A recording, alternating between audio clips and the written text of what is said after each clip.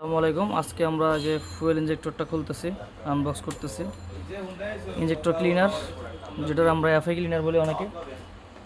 এটা দিয়ে আসলে আমাদের এফআই গাড়ির ইনজেক্টর যেটা সেটা ক্লিন হয়। আমরা কী কী পাইতেছি, কিছু ওয়্যার,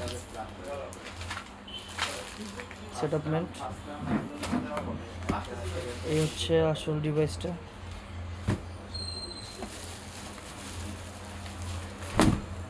আনবক্স হয়ে গেল। এই ঘোরাও কাকা,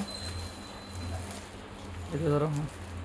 এটা হচ্ছে সেই মেশিন, এটা দিয়েই ইনজেক্টর ক্লিন হয়।